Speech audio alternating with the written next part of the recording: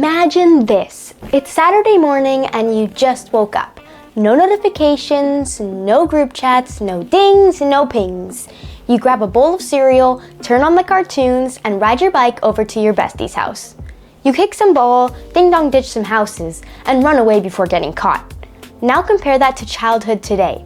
Not only will the Ring camera get you busted, but a kid can wake up and immediately have access to thousands of videos, conversations, and entertainment options without even leaving their bed. That's kind of crazy. Come on, it's 2026, and you and I Gen Zers know that the urge to reach for that dang cell phone is real.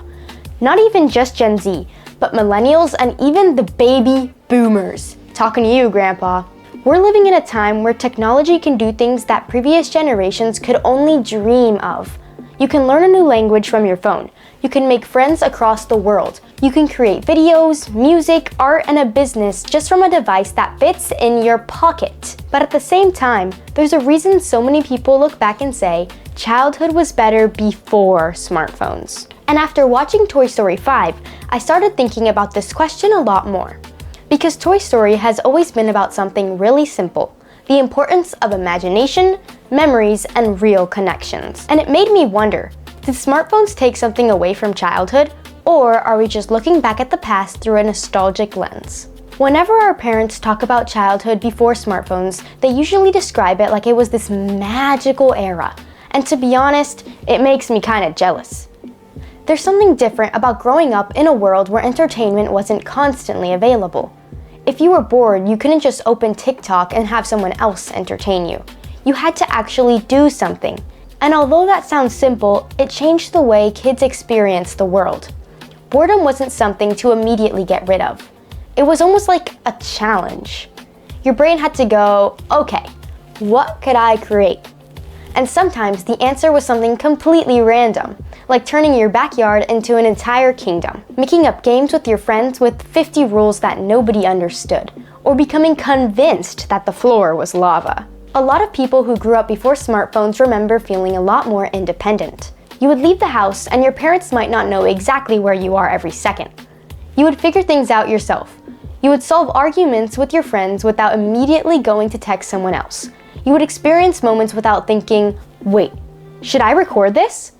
And that's one of the biggest differences. Before smartphones, life was something you experienced. Now, it's something you document for others to experience. This is where Toy Story 5 really made me think, because one of the biggest themes throughout the Toy Story movies has always been the relationship between kids and their toys. Think about it, a toy is literally just an object. It's plastic. It doesn't even have a screen. It doesn't have millions of features, it doesn't update, and it doesn't send notifications. But somehow, kids can create an entire world around these objects. A stuffed animal isn't just a stuffed animal.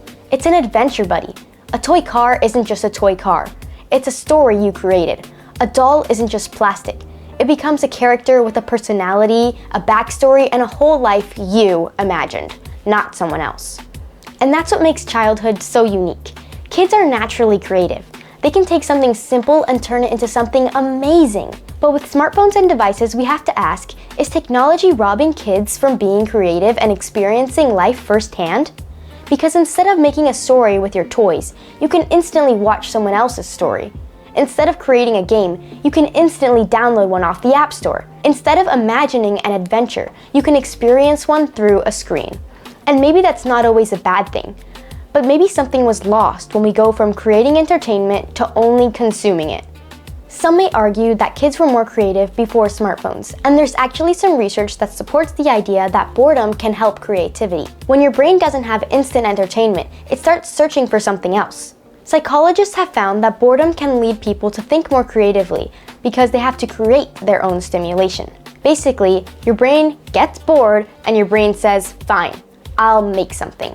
But now, the second we feel bored, we reach for our phones. Waiting in line, phone. Waiting for food, phone. 5 minutes before class, phone.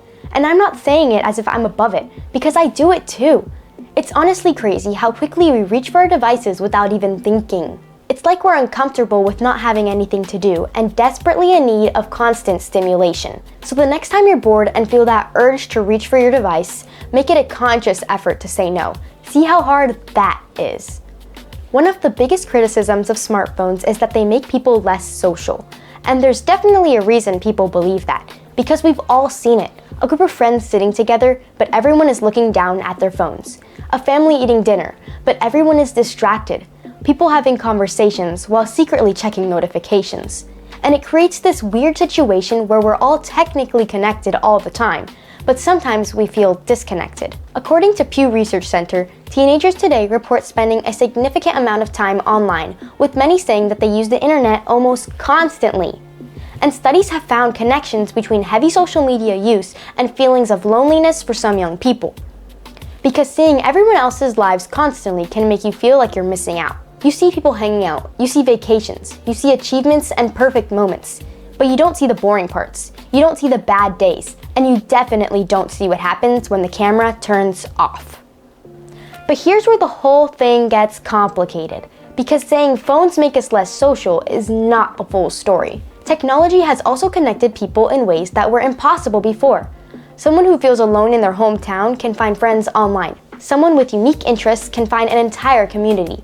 Someone who struggles making friends in person might find them through an online space. Think about gaming. A lot of people criticize gaming for isolating kids, but millions of people have made real friends through games and online experiences. They're talking, laughing, working together, creating memories. It's just happening digitally. So maybe the question isn't, are online friendships real? Maybe the question is, are we balancing online friendships with real-life experiences? I've noticed that my friends and I don't hang out as much as we should. When someone is just a text away, meeting up in person just doesn't feel as necessary. But that's where we're wrong. We are social beings even if you're an introvert. We were created to interact with each other face to face, not through a screen. Now you might say that every generation complains about technology. People were worried about television. People were worried about video games. People were worried about the internet. But smartphones are different in one major way. They aren't just one device. They're everything. A TV stayed at home. A computer usually stayed in one place. But a phone follows you everywhere. It's your entertainment, your camera, your communication, your news, your social life, your alarm clock, your map, your shopping, your entire world in your hand. And that's why this is so difficult, because smartphones are not just a tool anymore. They're part of everyday life. So, did smartphones ruin childhood? I think this is where everyone has a different opinion. Some people believe that smartphones took away the magic of childhood. They believe kids don't get enough time outside. They believe boredom and imagination are disappearing. That there's something special about growing up without constantly being connected. And I totally understand why people feel that way. But other people argue that technology has given kids opportunities previous generations never had. Kids today have the opportunity to learn almost anything, even if it feels like sometimes we're getting dumber. But we can do things that were once not achievable without an in-person teacher just by watching a YouTube video or asking ChatGPT. Now, kids can express themselves creatively. They can find communities. They can connect with people they would have never met otherwise. And that's why I don't think the answer is technology is bad, because it isn't. The question is, are we using technology or is technology using us? Maybe childhood wasn't perfect before smartphones. But maybe there was something valuable about a time when kids had more moments to get bored, more moments to imagine, more moments to exist without feeling like everything needed to be shared. And maybe the goal isn't to completely go back, because we can't. Technology is part of our lives now. I personally wouldn't be able to give up my phone.